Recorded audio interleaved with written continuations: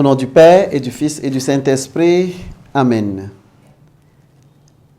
Esprit de vérité, viens nous visiter et aide-nous à mieux comprendre l'Écriture sainte. Évangile de Jésus-Christ selon Saint Luc. En ce temps-là, Jésus disait aux pharisiens, il y avait un homme riche, vêtu de peuple et de liens fins, qui faisait chaque jour des festins somptueux.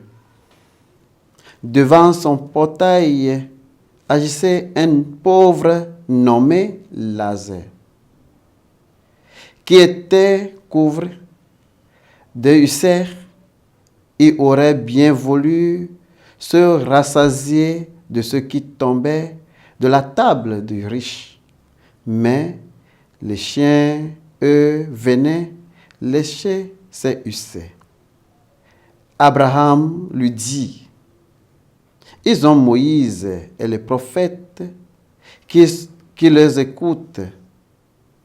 Non, Père Abraham, dit-elle, mais si quelqu'un de chez les morts vient leur trouver, ils se convertiront. Abraham répondit, s'ils n'écoutent pas Moïse ni les prophètes, quelqu'un pourra bien ressusciter d'entre les morts, ils ne seront pas convaincus. Acclamons la parole de Dieu. Bien-aimés du Seigneur, loué soit Jésus-Christ. Aujourd'hui, dimanche, 26e dimanche du temps ordinaire en essai. Les lectures de l'Évangile nous présentent le récit de l'homme riche et de Lazare est une parabole qui enseigne sur la réalité de la vie après la mort.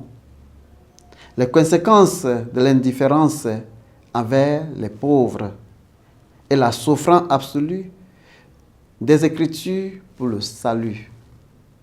Les actions de cette vie ont des conséquences éternelles et l'un ne devrait pas se complaire dans la richesse mondaine, mais montre de la compassion vers les nécessiteux. La parabole de Lazare et de l'homme riche démontre que l'indifférence de l'homme riche à la souffrance de Lazare a conduit à sa propre vie après la mort tourmentée, tandis que Lazare, malgré la souffrance terrestre, a trouvé la paix éternelle avec Abraham.